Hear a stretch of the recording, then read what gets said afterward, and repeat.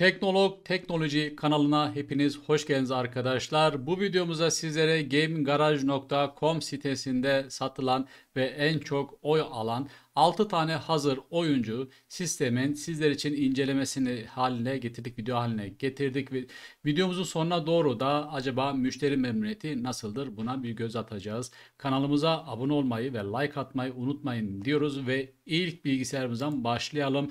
Videosunda çektiğimiz ayrıntılı inceleme videosunda kanalımıza bulabileceğiniz Game Garage'ın Polluk dediğimiz bir Apu Pro hazır sitesi var. Hemen bir bakalım nelerden meydana geliyor. Hemen bakalım dostlar. İşlemci olarak AMD Ryzen 5 5600G diye bir işlemci koymuşlar ki çok güzel bir işlemci. Bence bu sisteme yer edilmiş. Anakartı ise BioStar'ın A520 Yonga setini kullanmış. 4 GHz'lik bir overclock'la RAM desteğine sahip. Bellek olarak Crucial Ballistic'in 8 GB'lık bir RAM'ini koymuşlar.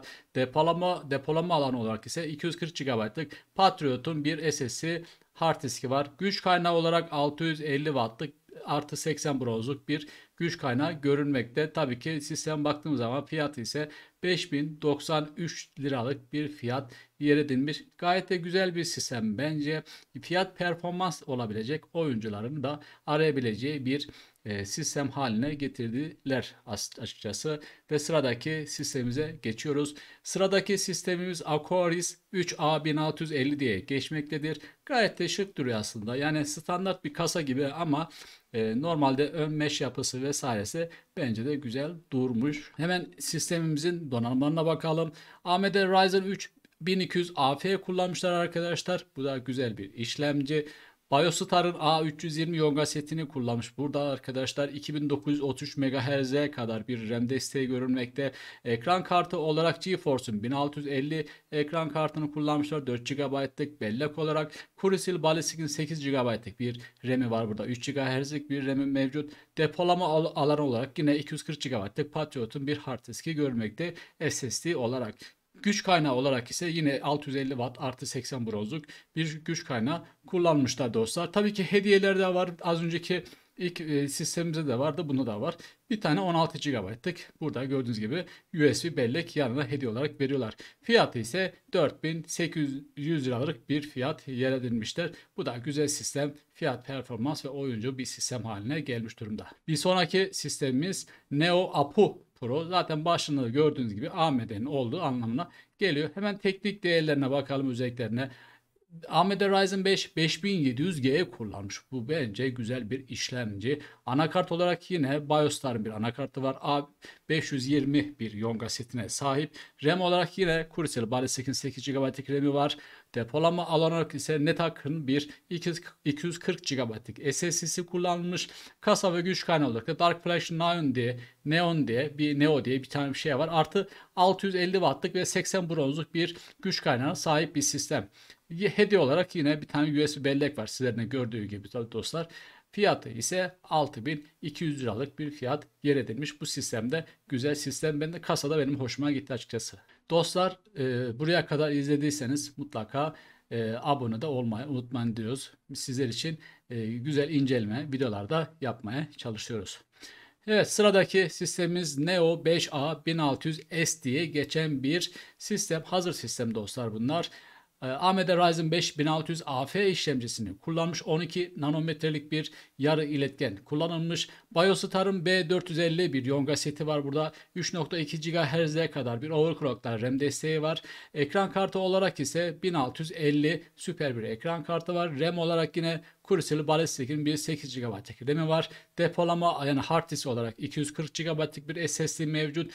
Kasa ve güç kaynağı olarak yine Dark Flash Neo 202 beyaz 650 Watt'lık ve 80 bronzluk bir güç kaynaklı kasada burada sistemimize yer edilmişler. Yine bir hediye olarak da 16 GB'lık bir RAM flash bellek yanına gelmiş. Fiyatı ise 5900 liralık bir sistem.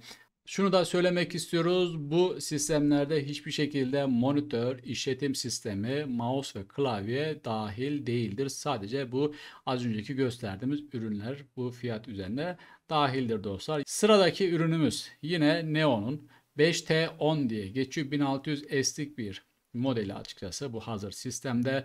Intel bir işlemci kullanmışlar. i3 10100F diye geçiyor.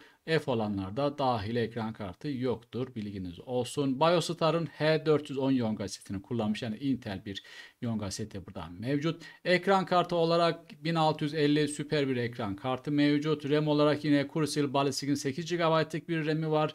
Depolama alanı olarak ise Patriot Burst'un 240 GB'lık bir SSD'si mevcut ve kasa ve güç kaynağı olarak ise Dark Flash Neo'nun bir kasası var ve 650 Watt 80 bronzda bir güç kaynağı koymuşlar. Yine flash bellek yanına hediye olarak geliyor. 5900 liralık bir fiyat olarak karşımıza çıkmaktadır bu sistemde.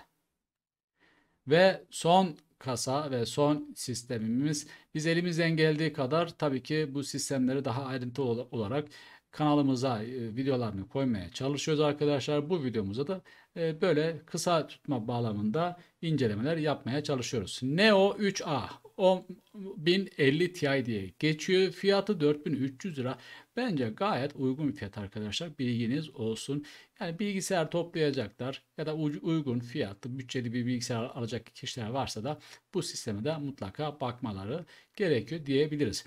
İşlemci olarak Ryzen 3 1200 AF var. Anakart olarak BioStar A320 Yonga seti var. Ekran kartı olarak 1050 Ti kullanmışlar.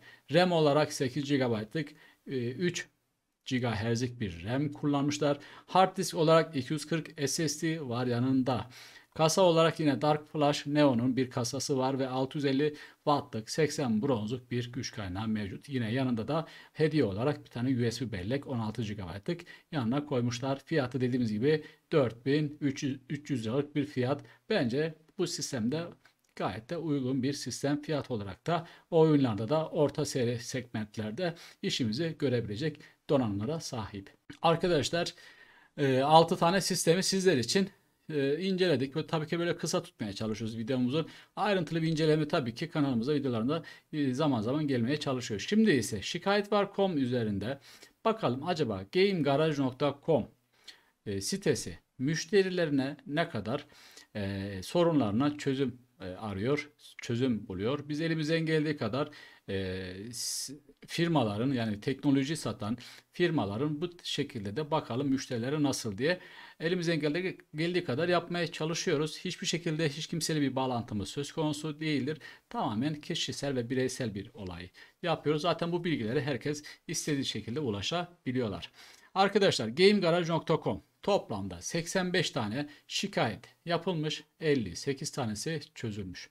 Bu bence zaten orana baktığımız zaman da 5 yıldız üzerinden 4.3 yıldız almış. Bu da 5 yıldızda %73'e yakın, %73'lük bir değerde bir değer alınmış. Bu demek oluyor ki dostlar, gamegarage.com müşterisinin elinden geldiği kadar sorunlarına çare bulmaya çalışıyor. Ayrıntısına girmiyorum, aşağı taraflara inip bakmak istemiyorum. Ama şuradan bir marka karnesine de bir bakmak isteyelim.